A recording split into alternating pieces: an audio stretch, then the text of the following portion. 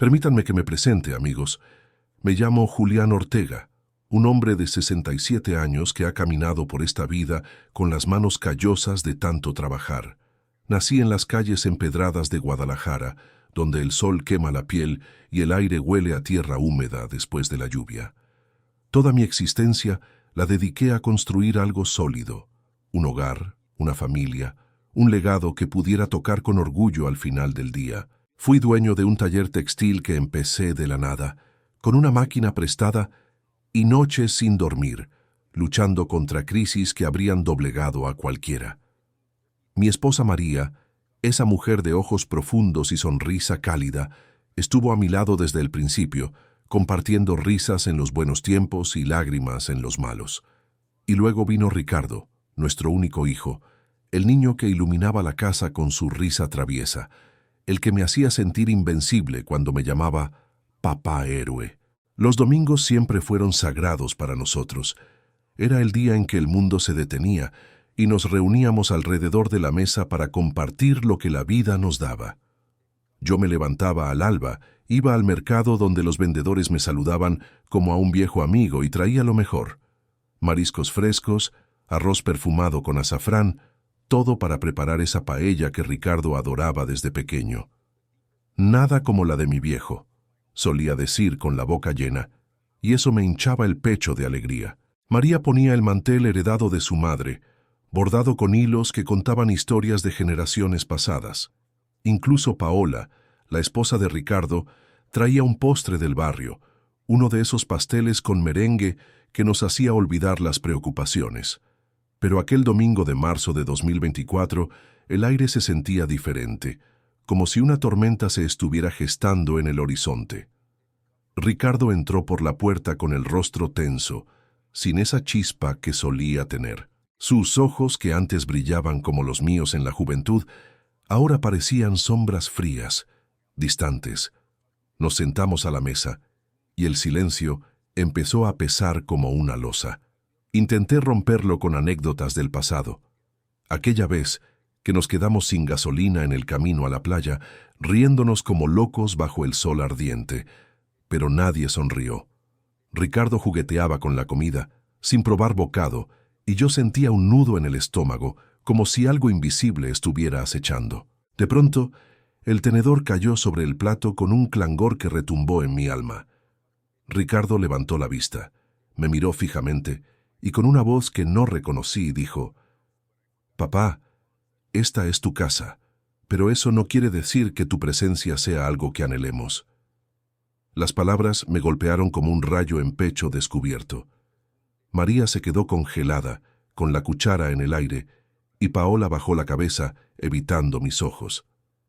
«¿Qué has dicho?», balbucí, pensando que mis oídos de viejo me traicionaban. Él repitió sin un ápice de remordimiento: «Estás aquí por derecho, no por invitación». El mundo se detuvo. Recordé al instante al niño que corría a mis brazos al volver del trabajo, el que me pedía historias de monstruos antes de dormir, el que me veía como un gigante inquebrantable. ¿Cómo podía ese mismo ser ahora escupir veneno en mi propia mesa? El silencio que siguió fue ensordecedor. María intentó intervenir, con la voz quebrada: «Ricardo, no le hables así a tu padre», pero él la cortó en seco. «Es hora de que las cosas cambien, mamá». Yo busqué respuestas en los ojos de mi esposa, pero ella evitó mi mirada, como si guardara un secreto que me quemaba. Ricardo se levantó, miró a Paola, y sin más, se fueron, dejando la paella fría y mi corazón hecho trizas. Esa noche me quedé en mi sillón viejo, el mismo donde acuné a Ricardo de bebé, repasando cada instante. La tristeza me invadió como una marea, pero debajo de ella algo se agitaba, una chispa de determinación. No había construido una vida entera para rendirme ahora. Al amanecer, con el café en mano, supe que tenía que desentrañar la verdad, costara lo que costara. El amanecer del lunes trajo consigo un peso que no había sentido en años. La casa, que siempre había sido un refugio de risas y calor, ahora parecía un campo de batalla silencioso. Me levanté temprano, con la cabeza revuelta por las palabras de Ricardo. Mientras el café humeaba en la mesa, observé a María desde la ventana de la cocina. Estaba ahí, con su bata azul desteñida, la misma que usaba desde que éramos jóvenes enamorados. Pero algo en sus movimientos era distinto. Sus manos temblaban al sostener la cafetera, y sus hombros parecían cargar una culpa que no confesaba. «María», dije con una firmeza que me costó reunir, «necesitamos hablar». Ella no levantó la vista, como si el suelo de la cocina tuviera respuestas que yo no podía ver. «¿De qué, Julián?», murmuró, pero su voz era un hilo a punto de romperse. «De lo que dijo Ricardo anoche. De por qué no dijiste nada cuando prácticamente me echó de mi propia mesa». Ella dejó la taza con un leve temblor y tras un silencio que pareció eterno, se giró hacia mí. Sus ojos estaban húmedos, pero no de llanto, sino de una tristeza que se había acumulado durante semanas, tal vez meses. «Julián no quería que esto pasara así», confesó y su voz se quebró. «Ricardo vino a verme hace unas semanas. Estaba diferente. Hablaba de planes, de cosas que al principio no entendí». Mi corazón dio un vuelco. «¿Qué planes?», pregunté, sintiendo que el suelo bajo mis pies empezaba a ceder. Ella suspiró, se sentó en la silla de madera que crujió bajo su peso y señaló la casa con un gesto vago. «Dice que ya estamos viejos, que no podemos seguir manejando todo esto, que sería mejor dividir los bienes ahora, antes de que algo pase». La palabra dividir me golpeó como un martillo. «¿Dividir?», repetí, incrédulo. ¿Mi propio hijo quiere repartirse lo que construimos juntos mientras aún respiro? María bajó la mirada, y ese gesto fue más elocuente que cualquier palabra. «Al principio me negué, Julián», dijo. «Le dije que eras su padre, que cada peso en esta casa lleva tu sudor». Pero él insistió, día tras día. Me llamaba cuando salías a caminar. Venía por las tardes cuando estabas en el taller. Decía que no era personal, que era lo mejor para todos, financieramente hablando. Cada palabra era una puñalada. Miré a María, la mujer con la que había compartido 40 años de vida, y no la reconocí. «¿Y Paola?», pregunté temiendo la respuesta. Ella asintió con desgano. «Fue idea suya. Conoce de bienes raíces. Dice que esta casa vale más de lo que imaginamos, que el barrio está en auge y que ahora es el momento de vender». Las piezas comenzaban a encajar, pero no de una manera que me diera consuelo. No era un arranque impulsivo de Ricardo, era un plan fríamente calculado, orquestado por mi nuera y ejecutado por mi propio hijo. «¿Desde cuándo lo planean?», pregunté, conteniendo la rabia que me quemaba por dentro. «Desde enero», admitió María, y su voz era apenas un susurro. Paola lo convenció de hablar con un abogado. Según ellos, hay formas legales de adelantar la división si todos estamos de acuerdo. «¿Todos?», interrumpí, con la voz más dura de lo que pretendía. «¿Y yo cuándo iba a enterarme de que era parte de este acuerdo?». María se cubrió el rostro con las manos, y su silencio fue una respuesta que me dejó sin aire. Me acerqué a la ventana, buscando en el jardín algún rastro de la vida que habíamos construido. Ahí estaba el árbol donde Ricardo trepaba de niño, el césped donde celebrábamos sus cumpleaños, las rosas que María cuidaba con devoción. Todo parecía burlarse de mí. «¿Tú estás de acuerdo con esto, María?», pregunté sin girarme. Ella dudó, y su respuesta fue un murmullo roto. «No lo sé, Julián. Ricardo dice que es para evitar problemas en el futuro, para asegurarnos de que todo esté claro». Pero entonces añadió algo que me heló la sangre. Dijo que, si no aceptas, hay formas legales de declarar que no estás capacitado para decidir. Esas palabras fueron un mazazo. Mi propio hijo no solo planeaba despojarme, sino que estaba dispuesto a declararme incapaz, a convertirme en un viejo inútil ante la ley. Respiré hondo, intentando calmar la tormenta que rugía en mi pecho.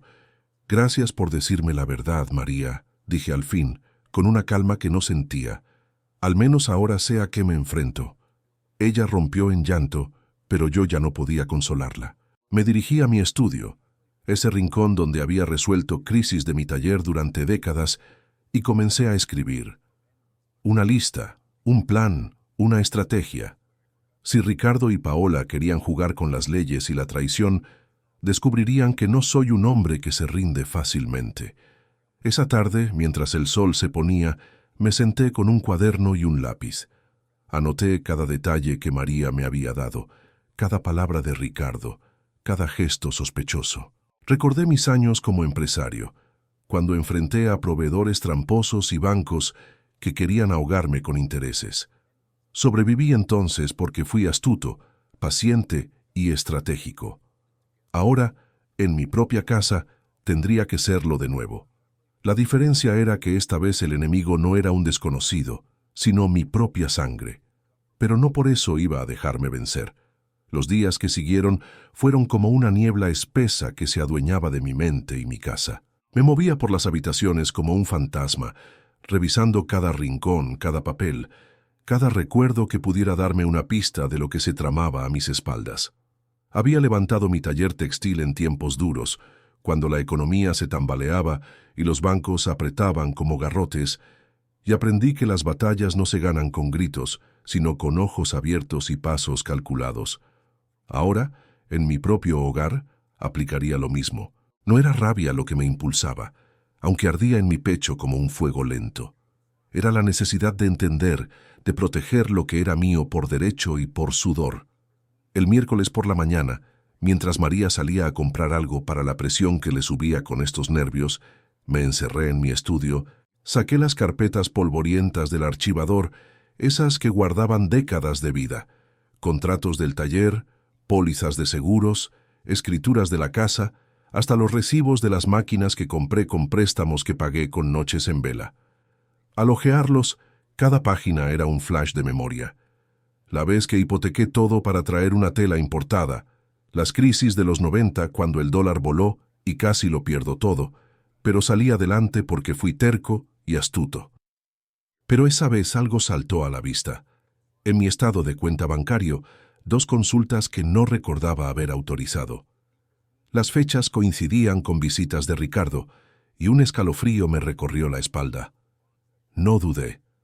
Llamé al banco, a Joaquín, el gerente que conocía desde hacía 15 años, un hombre de palabra que siempre me había tratado con respeto. «Don Julián», dijo con una voz que traicionaba incomodidad, «su hijo vino con un poder notarial firmado por usted. Quería detalles para ayudarle con los impuestos». «¿Un poder firmado por mí?», repetí, sintiendo que la sangre se me helaba en las venas. «Sí», verificamos la firma y coincidía.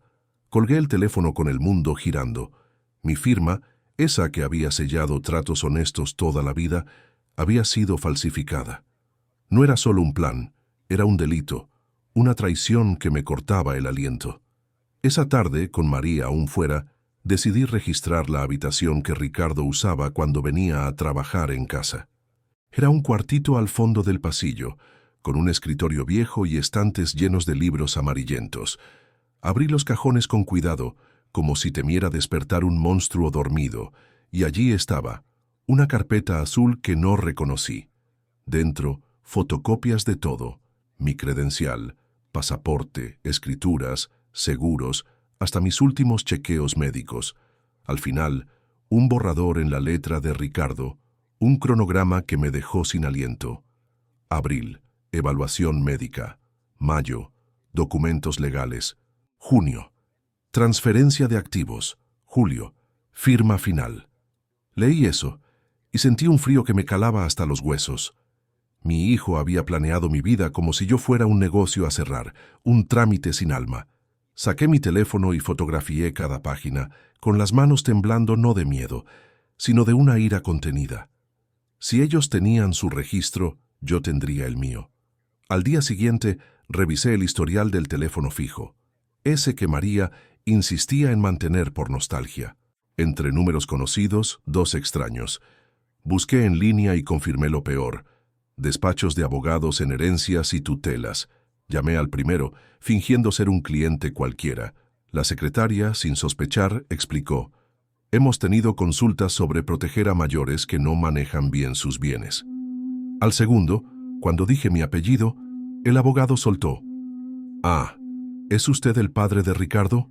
Vino la semana pasada por procedimientos de tutela». Colgué antes de explotar, pero ya lo veía claro. No solo falsificaban, buscaban declararme inútil. Esa noche, La cena fue un tormento. María apenas tocaba su plato, evitando mi mirada como si yo fuera un extraño. Fingí normalidad, preguntando por su día, pero por dentro bullía. ¿Todo bien?, dije con voz tranquila. Normal, respondió ella, pero su prisa delataba la mentira. Había visto en el registro una llamada larga con Ricardo justo cuando yo salía a caminar. El viernes, aprovechando su cita médica, registré nuestra recámara. En su cómoda, entre ropa doblada con cariño, una libreta con su letra, notas de llamadas, fechas, mis rutinas, horarios, hasta mis humores. Al final, una frase que me congeló. Ricardo dice que todo listo. Próxima semana hablará con papá. Si se niega, plan B. Dejé la libreta en su lugar y salí al jardín, donde el sol me golpeaba como un reproche. Mi esposa, mi compañera de batallas, se había vuelto informante. Mi hijo, verdugo, mi nuera, la sombra que lo orquestaba todo. Esa noche me encerré en el estudio con un tequila, el mismo que compartía con amigos en las noches de barrio. Recordé mis luchas, proveedores que me engañaban, bancos que me asfixiaban, la crisis del dólar que casi me hunde. Sobreviví porque planeé, porque no me rendí. Esto no es diferente, me dije, solo que el enemigo lleva mi sangre. Y empecé a trazar mi contraataque, con la determinación de un hombre que sabe que su dignidad no tiene precio. El sábado amaneció con un sol que se filtraba por las persianas como un recordatorio de que la vida seguía, aunque mi mundo se tambaleara. Decidí extender mi búsqueda más allá de las paredes de la casa, porque sabía que las traiciones no se urden en solitario. Mi primera parada fue la oficina de Fernando, mi contador de confianza, un hombre flaco y meticuloso que llevaba una década manejando mis números con la precisión de un relojero. Lo encontré entre pilas de papeles, con sus lentes empañados por el vapor de un café recién hecho. «Fernando», dije sin preámbulos, sentándome frente a él, «dime la verdad. ¿Alguien de mi familia te pidió información sobre mis cuentas?» Su rostro se tensó como una cuerda a punto de romperse. «Don Julián, sí. Hace unas semanas vino Paola. Dijo que usted la enviaba, traía copias de sus documentos, detalles de inversiones que pensé que solo usted conocía». El estómago se me revolvió. «¿Y qué le diste?» Un resumen completo. Propiedades, cuentas, pensiones, acciones, todo. Bajó la voz. Habló de reorganizar como sorpresa para su cumpleaños. La ironía me dolió como una bofetada. Mi dinero financiando el plan para despojarme. Salí de allí con una determinación que me quemaba por dentro. No era solo por los bienes, era por mi honor, por las noches en vela que pasé construyendo algo de la nada. El lunes siguiente, apenas dormí, repasando cada pieza, falsificaciones, llamadas secretas, abogados. Intuía que usarían mi salud como arma y no tardé en confirmarlo. Tenía cita con el doctor Aguilar, mi cardiólogo de 15 años, un hombre serio y de pocas palabras. Al entrar, lo noté distante, evitando mis ojos. «Don Julián, su hijo Ricardo vino la semana pasada», soltó de pronto. «¿Para qué?», pregunté con la voz tensa. «Me dijo que lo nota confundido, con olvidos». «¿Olvidos?», exploté. «Llevo años manejando cuentas, fechas, todo. ¿De dónde sale eso?». Él carraspeó. Pidió pruebas cognitivas por su seguridad. Me quedé helado. Querían declararme incapaz. «¿Usted cree que lo estoy, doctor?». «No, usted es lúcido, pero las familias tienen preocupaciones». Me incliné. «¿Le ofrecieron algo?». Su silencio lo dijo todo. «Solo un informe. No lo he entregado». Salí con rabia y alivio mezclado.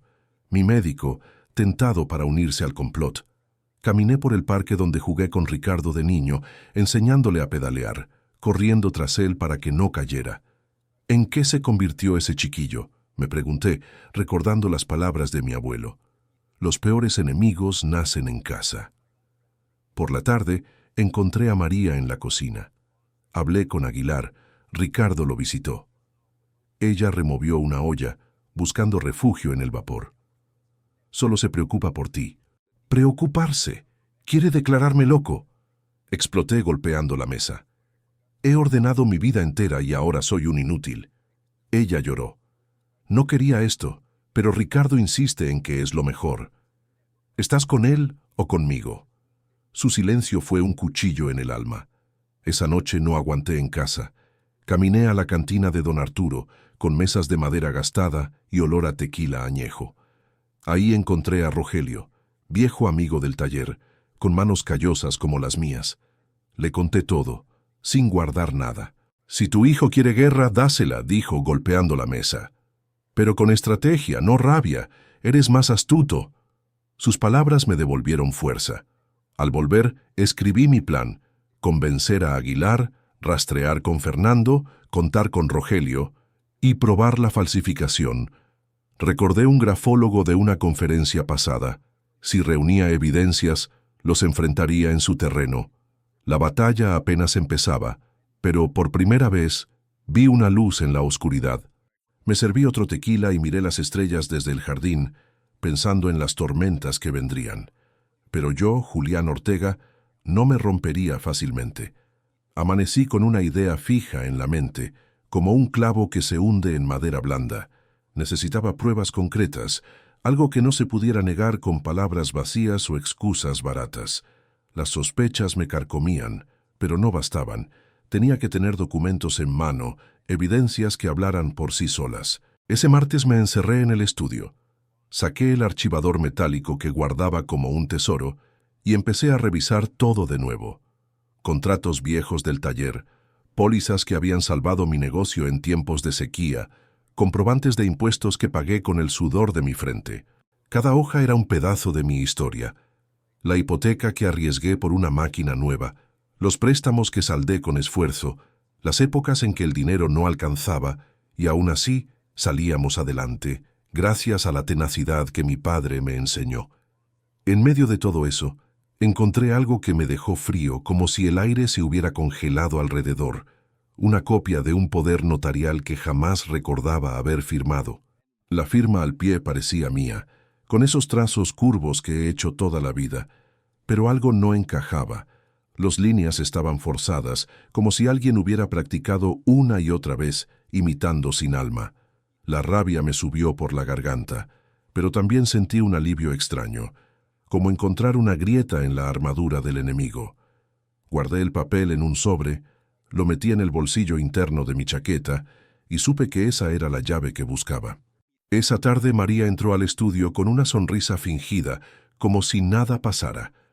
«¿Otra vez con papeles, Julián?», preguntó con voz suave pero temblorosa.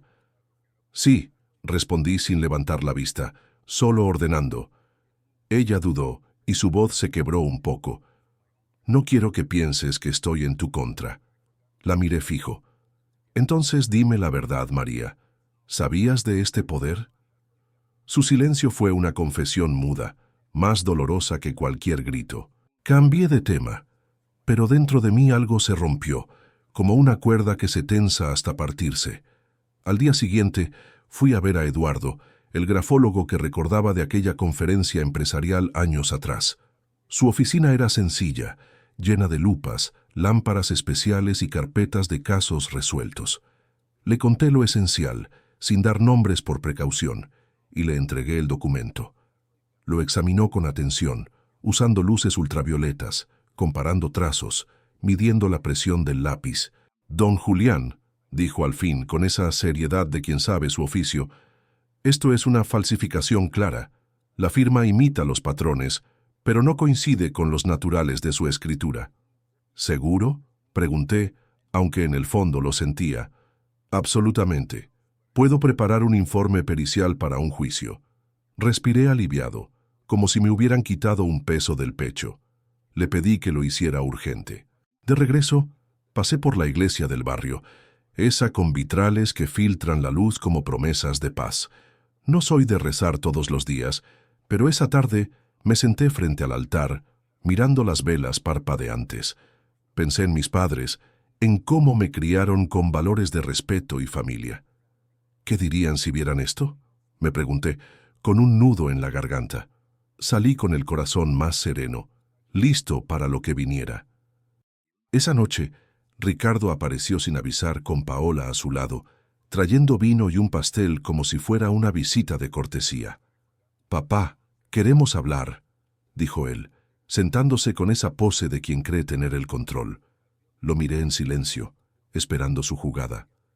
«No queremos guerra», continuó. «Solo lo mejor para ti. Organizar el futuro ahora, para que estés tranquilo». Paola intervino con voz melosa. «Tendrás seguridad, Julián. Nosotros nos encargamos».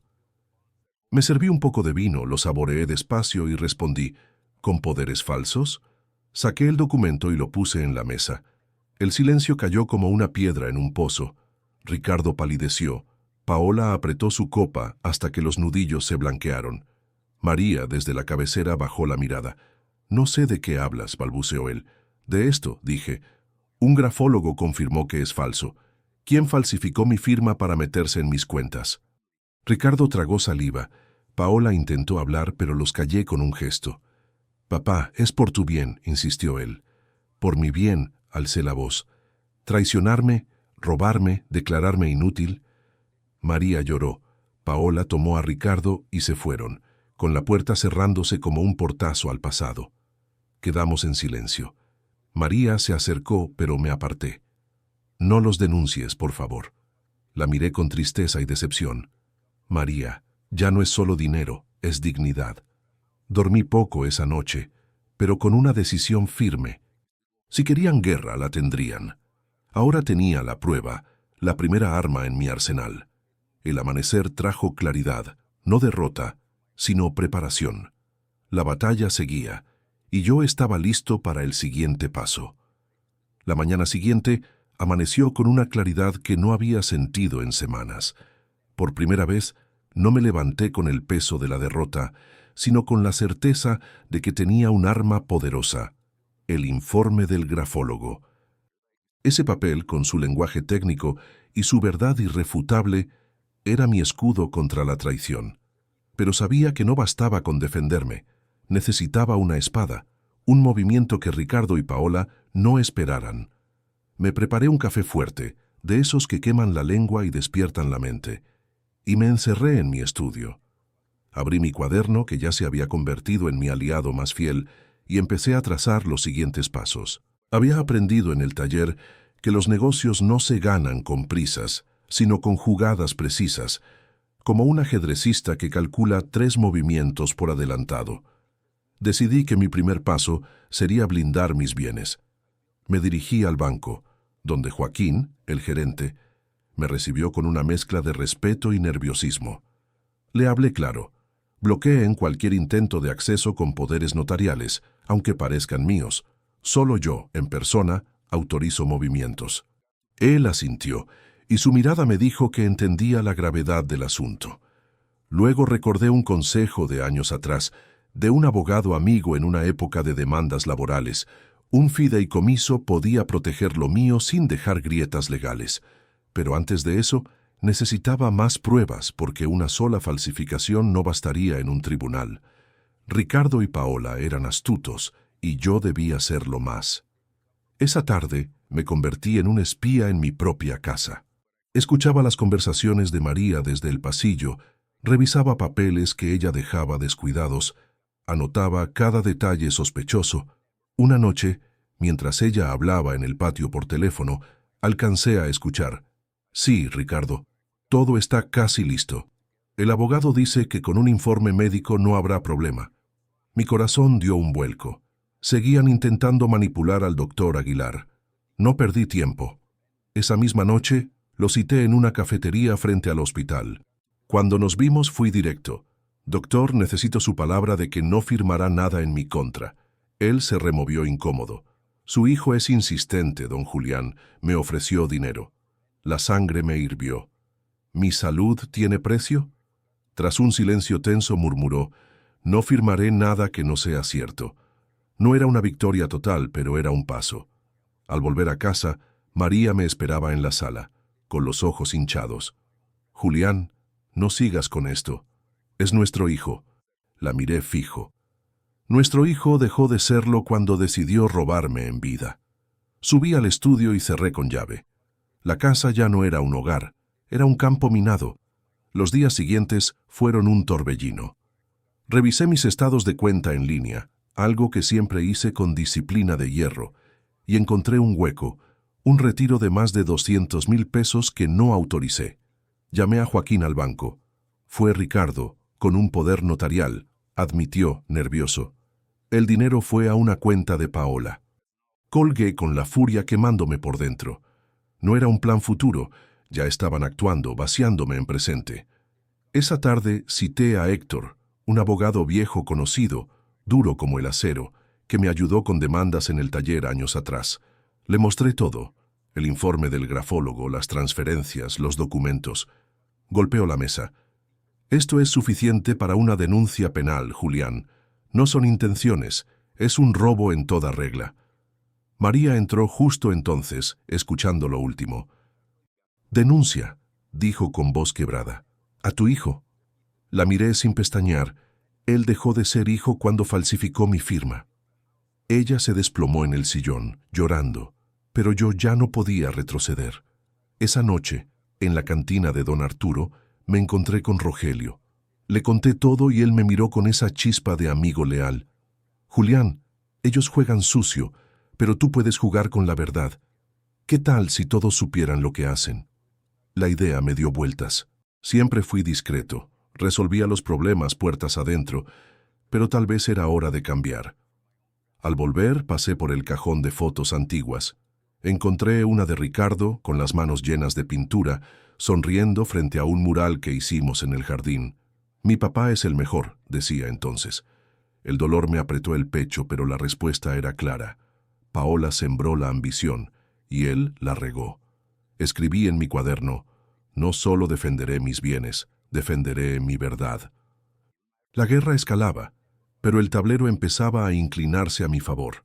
Me serví un tequila y miré por la ventana, sabiendo que el próximo golpe no tardaría, pero esta vez estaría listo. El jueves por la mañana, mientras el sol se colaba por las cortinas como un intruso no bienvenido, recibí una llamada que no esperaba. Era del despacho de un abogado que Paola había contactado, según mis notas. La secretaria, con voz impersonal, dijo: «Don Julián, confirmamos su asistencia a la evaluación médica la próxima semana». «¿Qué evaluación?», pregunté, con el pulso acelerado.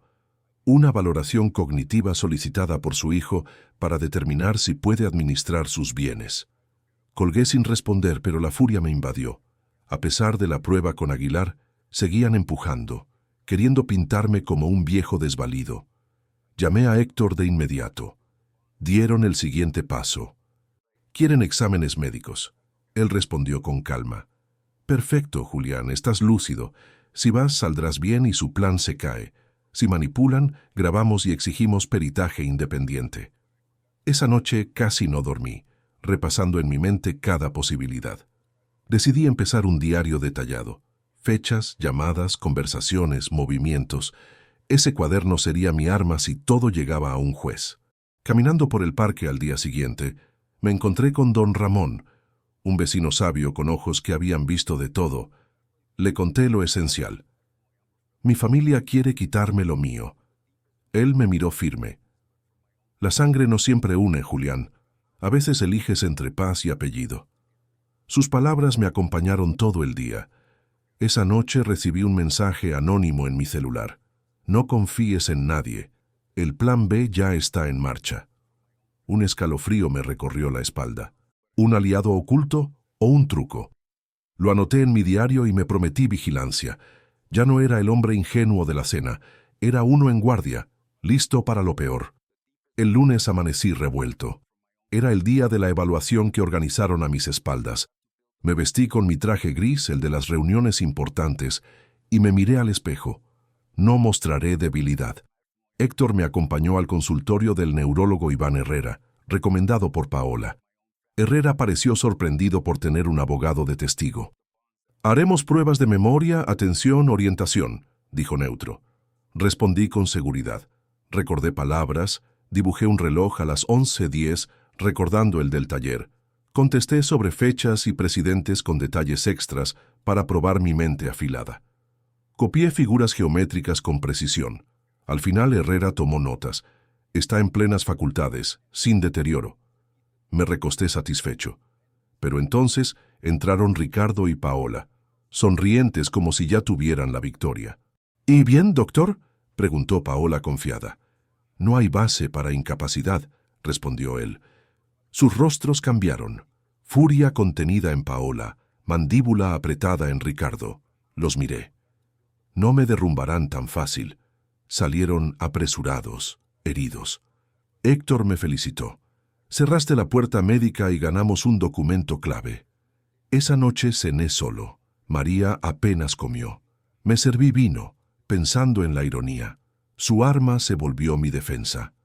Al día siguiente, pedí el informe final del grafólogo y hablé con Héctor sobre denuncia por fraude, pero sabía que no podía quedarme en lo legal. Era hora de exponerlos. Recordé a Rogelio. Que todos sepan. Decidí una prueba. Me reuní con don Álvaro, ex socio de la Cámara de Comercio. Le mostré el informe. Esto es grave, Julián. Si lo haces público, no tendrán dónde esconderse. Esa noche escribí en mi diario: defiendo la verdad y la verdad tiene fuerza. El viernes, caminando por el parque, otro mensaje anónimo. Cuidado, Paola no se detendrá, buscará otra vía. Me detuve, el corazón latiendo fuerte. ¿Qué más? Al volver, María regaba rosas. Ricardo vendrá este fin de semana. Quiere hablar. Sonreí, irónico. Perfecto. Esta vez no tendrá ventaja. Me encerré con documentos, informes. La guerra seguía, pero ahora tenía el control. El sábado amaneció con una tensión que se palpaba en cada rincón de la casa, como el aire cargado antes de una tormenta de verano.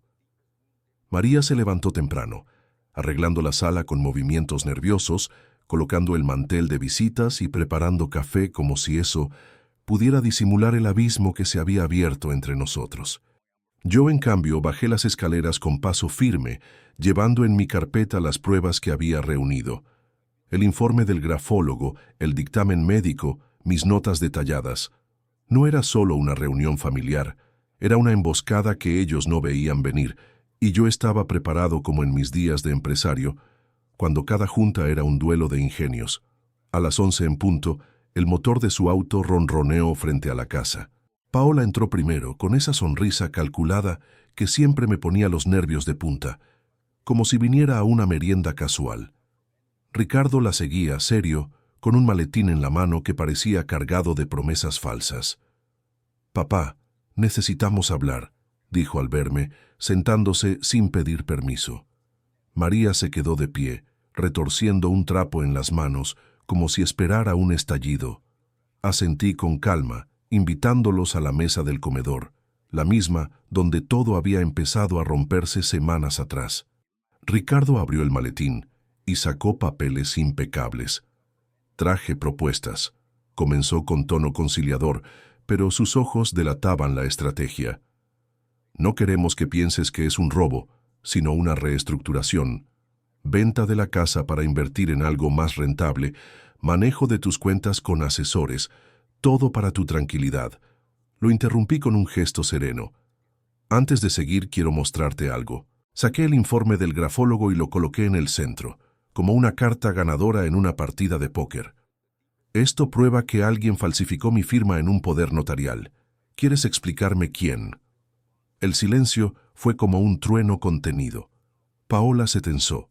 Su sonrisa se congeló en una mueca. Ricardo bajó la mirada, incapaz de sostener la mía. «Papá, no entiendes», balbuceó él, con la voz entrecortada. «Al contrario», respondí, sacando el dictamen médico. «Entiendo que intentaron declararme incapaz, pero fallaron. Tengo un abogado listo para llevar esto a un juez». María intervino, desesperada. «Por favor, no conviertas esto en guerra». La miré con dureza. «Ellos la empezaron, María, el día que decidieron traicionarme».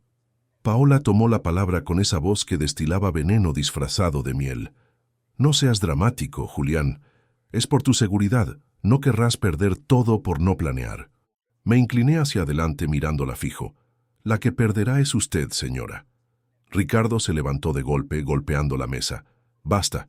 Si no cooperas, iremos por la vía legal». Me puse de pie con la misma tranquilidad que usaba en las crisis del taller.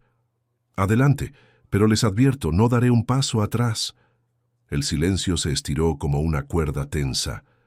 Finalmente, Paola arrastró a Ricardo hacia la puerta. No perdamos tiempo. Cuando se cerró tras ellos, María se derrumbó en el sillón sollozando. «No los denuncies, te lo ruego». Me acerqué con voz firme pero sin ira. «María, ya no confío en nadie más que en mí». Subí al estudio, cerré con llave y me serví un tequila. Abrí mi diario y escribí cada detalle. Palabras, gestos, el modo en que sus rostros se descompusieron. Ese cuaderno era mi memoria de batalla, mi testigo silencioso. Pero mientras escribía, recordé el mensaje anónimo. El plan B en marcha. Si el legal y médico fallaban, ¿qué vendría? Soñé esa noche con el taller, con Ricardo jugando entre telas, pero al despertar, la nostalgia se mezcló con rabia. Tenía que estar listo. El domingo, caminando por el parque, me crucé con don Ramón. Le conté lo sucedido. «No subestimes la ambición, Julián. Cuando quieren algo, no paran». Sus palabras me resonaron todo el día. Esa tarde, una llamada desconocida. «Don Julián, sé lo que pasa y créame, no ha visto lo peor». Colgó, dejando un eco de misterio. Anoté en mi diario, mirando por la ventana, la guerra estaba lejos de acabar, y la sombra del plan B se alargaba. Pero yo, con mis pruebas en mano, me sentía más fuerte que nunca. El lunes amaneció con una determinación que me recorrió como un río caudaloso después de la lluvia. Ya no bastaba con pelear en las sombras de mi estudio o en las conversaciones tensas de la casa. Si Ricardo y Paola habían decidido usar la televisión para manchar mi nombre, yo tenía que salir al frente con la verdad en la mano. Me vestí con un traje oscuro, anudé la corbata con la precisión de mis días de empresario y salí con una carpeta bajo el brazo, llena de pruebas que pesaban más que el papel. María me miró desde el umbral con lágrimas contenidas. «Julián, ¿de verdad vas a exponer a tu hijo?» La miré con firmeza. «Él me expuso primero, María. Ahora es mi turno». La reunión en la Cámara de Comercio, organizada por don Álvaro, era en un salón discreto con una mesa larga y sillas que crujían bajo el peso de historias pasadas. Ahí estaban rostros conocidos, comerciantes que habían negociado conmigo, viejos socios del taller, vecinos que me saludaban en el mercado. Me recibieron con respeto, pero noté la curiosidad en sus ojos como si olieran el escándalo. Don Álvaro abrió. «Amigos, Julián tiene algo importante, escuchémoslo». Me puse de pie, respiré hondo y empecé. Me conocen desde hace décadas. Saben que levanté mi taller de la nada, con manos callosas y noches sin dormir. Siempre fui hombre de palabra, de trabajo honesto. Nunca pensé estar aquí contando una traición tan honda, la de mi propio hijo. Un murmullo recorrió la sala, como viento entre hojas secas. Continué con voz firme pero temblorosa por el dolor. «Ricardo y Paola intentan despojarme. Falsificaron mi firma, sacaron dinero de mis cuentas, quisieron declararme incapaz para quedarse con todo». Saqué la carpeta y mostré copias, el informe del grafólogo, la evaluación médica. «Aquí las pruebas, no palabras al viento». Un comerciante interrumpió. «Pero en la TV dijeron que es por tu seguridad». Lo miré directo. «¿Seguridad? ¿Robar a tu padre en vida? Eso no es amor, es codicia vestida de preocupación». El ambiente cambió. La incredulidad se volvió indignación. Don Álvaro intervino. «No permitiremos que un hombre honesto sea destruido por mentiras». Al final varios me estrecharon la mano. Uno, dueño de ferreterías, dijo: «Cuenta conmigo como testigo de tu lucidez». Salí con fuerza renovada. Ya no estaba solo. Esa noche, María miraba la TV apagada. «Hablé con Ricardo, está furioso. Dice que ensucias su nombre», respondí. «Él ensució el suyo al traicionarme. Solo muestro la verdad». Ella lloró. No supe si por él, por mí o por lo que fuimos. El martes, Rogelio llamó. «Hiciste ruido. En la cantina solo hablan de ti. Están de tu lado». Sonreí amargo. Mi vida, chisme público, pero necesario. Esa tarde, otro mensaje anónimo. «No se quedarán quietos. Prepárate para golpe bajo». El corazón se me aceleró. ¿Qué más?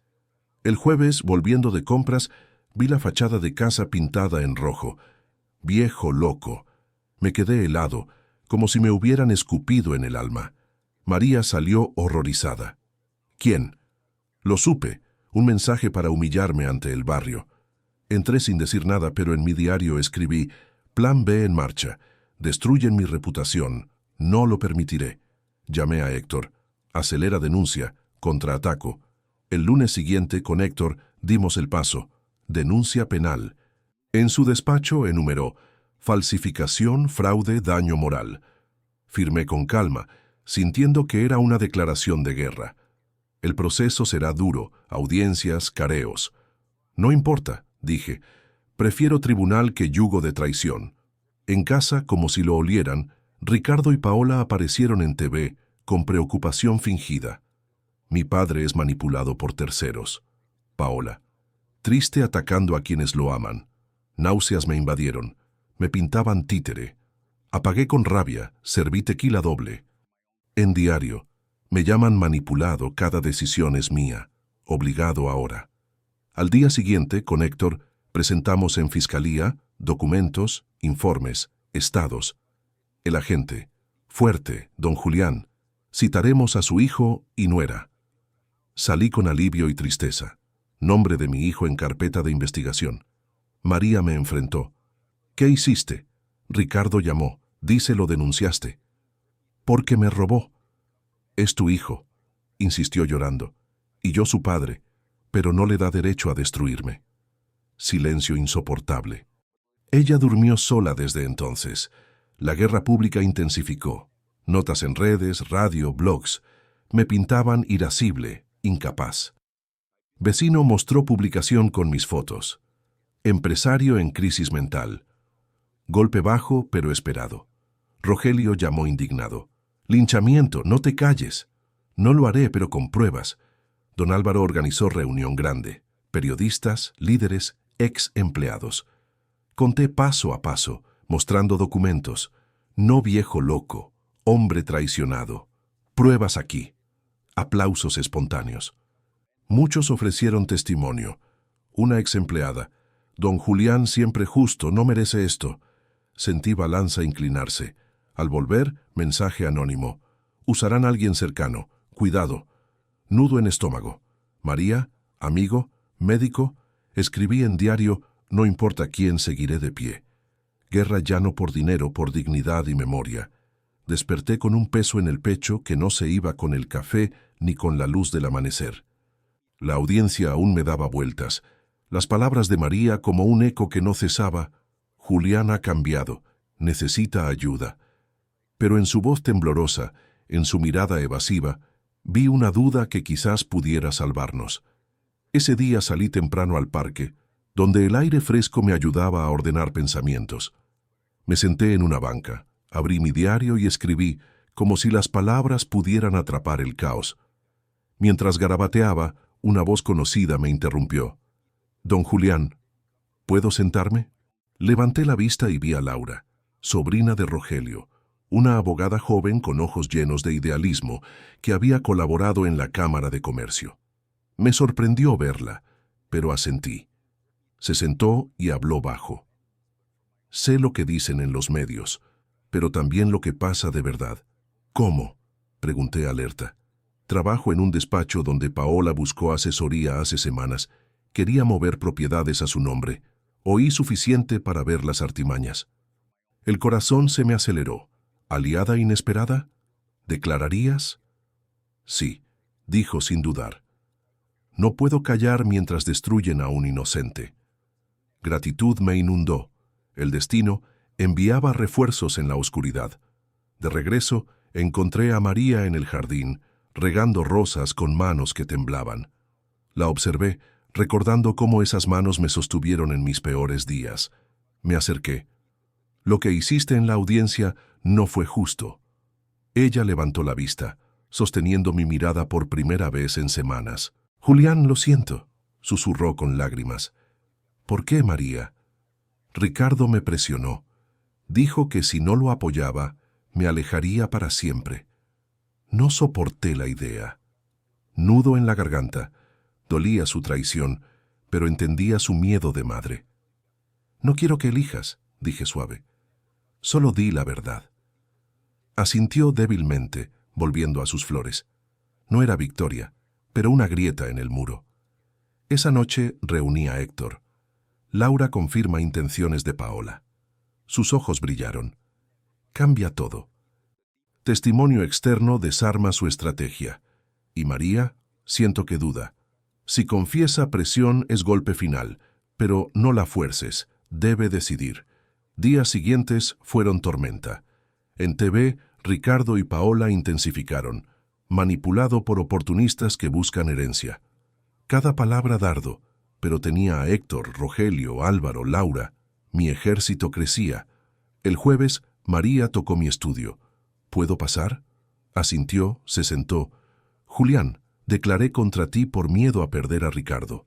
Pero viéndote sereno en audiencia, supe que equivoqué. Lágrimas me nublaron. ¿Rectificarás? Sí, firme. Declararé que fui presionada, no seré cómplice. La abracé en silencio. Recuperaba parte de mi vida. Llamé a Héctor. María está con nosotros. Excelente. Con Laura y ella, caso inclina a tu favor. Escribí en diario. Luz al final. María despierta, aliada nueva. Verdad gana terreno. Serví vino. Permití calma. Dormí con sensación de que justicia estaba de mi lado. El amanecer del día de la audiencia decisiva llegó con un silencio que envolvía la casa, como un manto de expectativa.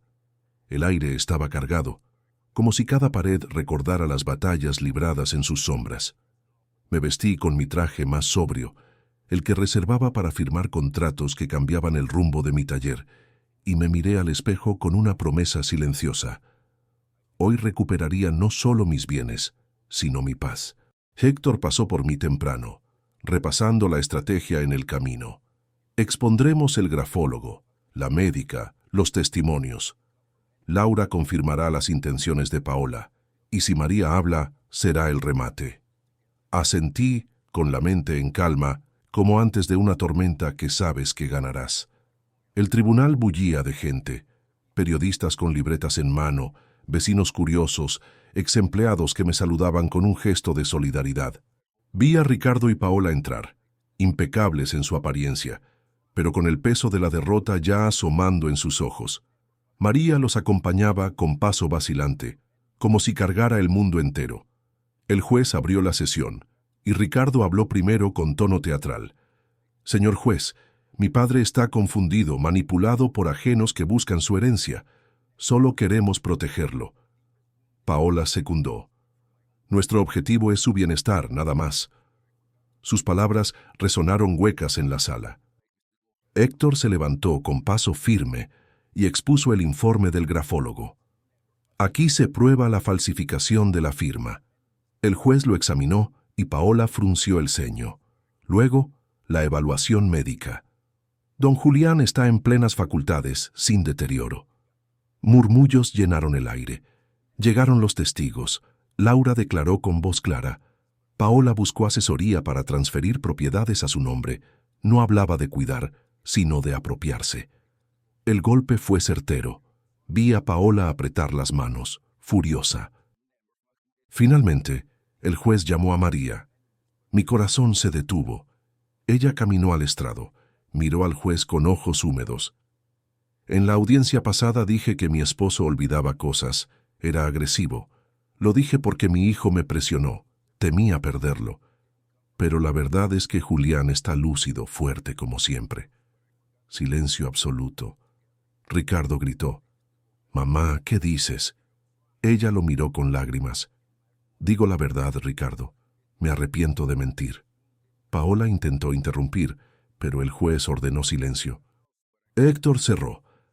«Aquí no hay incapaz, hay un padre víctima de fraude por su hijo y nuera. Pruebas son claras». El juez deliberó minutos que parecieron eternos. Luego anunció: «Rechazo la tutela por falta de fundamento. Abro investigación por falsificación y fraude contra Ricardo Ortega y Paola Fuentes». Murmullos estallaron. Cerré los ojos, respirando profundo. Victoria al fin. Ricardo se levantó furioso. «Esto no acaba, viejo». Paola lo arrastró fuera, desencajados. María se acercó, tomó mi mano. Perdóname, Julián. Ya no importa, dije con lágrimas. Hoy dijiste la verdad. Fuera, periodistas me rodearon. Levanté la mano. Justicia no siempre rápida, pero con verdad de lado, triunfa. Esa noche, en mi estudio, abrí el diario por última vez. Ganamos, no por querer, sino por justo. Perdí ilusión de familia unida, pero recuperé nombre, dignidad, voz. Eso me mantiene en pie. Apagué la lámpara, serví vino, dormí en paz por primera vez en meses. La vida sigue, con cicatrices, pero con la cabeza alta.